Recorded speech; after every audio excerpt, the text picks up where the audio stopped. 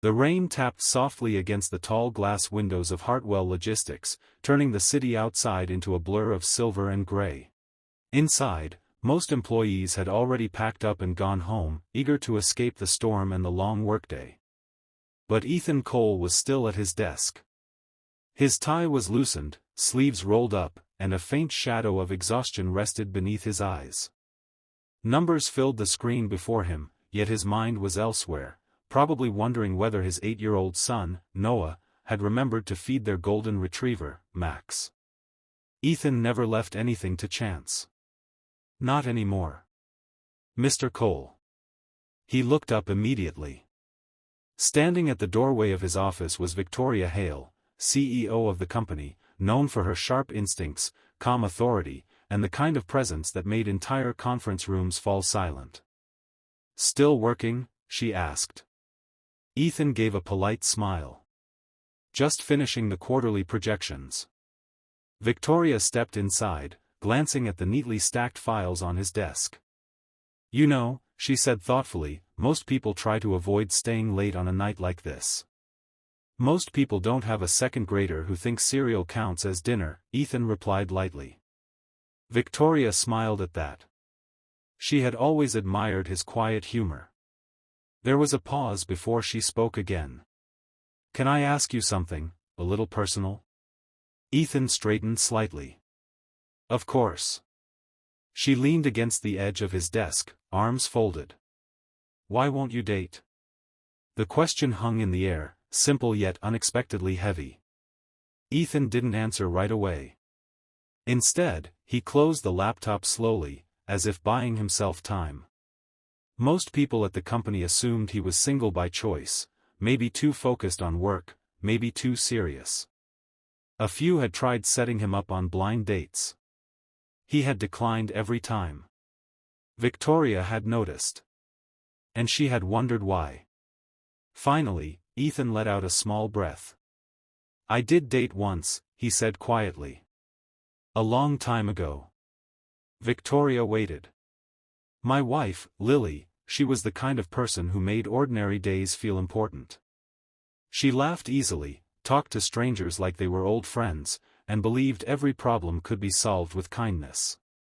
A softness crossed his face, the kind that only appears when someone remembers love without regret. "She used to say our house didn't need to be perfect. It just needed to be warm." "What happened?" Victoria asked gently. Ethan's gaze drifted to the rain outside. "When Noah was 2, Lily got very sick. It happened fast. One month we were planning a family trip, the next, I was learning how to be both parents." Victoria's heart tightened. "I'm sorry," she said quietly. He nodded once. "The night before she passed, she held my hand and said, 'Promise me something, Ethan. Make sure Noah grows up knowing he is deeply loved, every single day.'" His voice didn't shake. But it carried a weight that made the room feel smaller. "I promised her," he continued. "And I've kept that promise." Victoria understood loss, at least professionally. She had seen businesses fail, people struggle, dreams fall apart. But this was different. This was the kind of promise that reshapes a life. "So, you never dated again because of that promise?" she asked. "Not exactly," Ethan said. "It's not that I think loving someone again would be wrong. It's just..." He hesitated. "Love takes time. Attention. Energy. And when I get home, there's a little boy waiting at the window. He tells me about his day before I've even taken off my shoes." A faint smile touched his lips. "He deserves more than what's left of me after everything else." Victoria felt something shift inside her, something she hadn't expected. She had asked out of curiosity.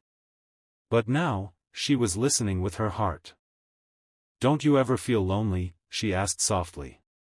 Ethan thought about it. "Sometimes," he admitted.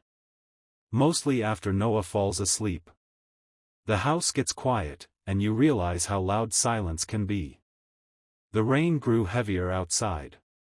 But then morning comes, he continued, and he runs into my room asking if dogs dream, or why pancakes taste better on weekends. A small laugh escaped him. And I think, this is enough. More than enough. Victoria looked down, hiding the sudden moisture in her eyes. She had built her entire life around success. Early mornings. Late nights. Strategic decisions. She owned a beautiful apartment that always stayed perfectly clean, mostly because no one was ever there to mess it up.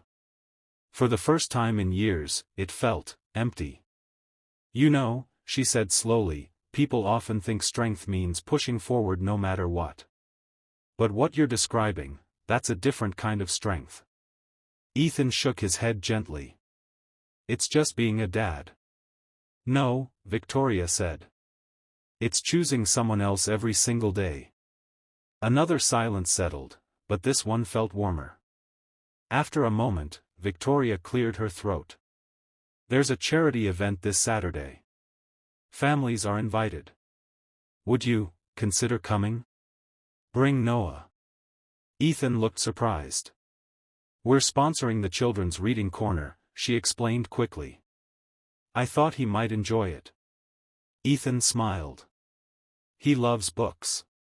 Especially the ones with dragons. Then it's settled, she said, relieved by his answer. Saturday arrived bright and clear, as if the storm had never happened. Noah clutched his father's hand as they entered the event hall, his eyes wide at the colorful banners and tables stacked with stories. Dad! Look, a knight! Before Ethan could reply, Noah had already darted toward a cardboard castle display. Victoria watched from across the room. She barely recognized Ethan out of his office attire, jeans, a simple sweater, and a relaxed expression she had never seen during board meetings. But what caught her attention most was the way Noah looked at him. With complete trust. Ms. Hale. Noah called suddenly, running over. Dad says you're his boss, but you don't look scary. Victoria laughed, a real laugh, not the polite one she used in meetings. I try not to be, she said. Noah studied her seriously. Do you like dragons? I'm starting to, she replied. Ethan approached, slightly embarrassed. Sorry about that. Don't be, she said. He's wonderful. And she meant it.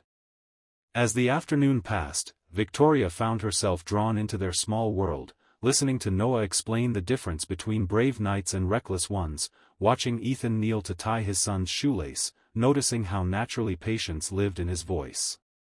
At one point, Noah tugged on Victoria's sleeve.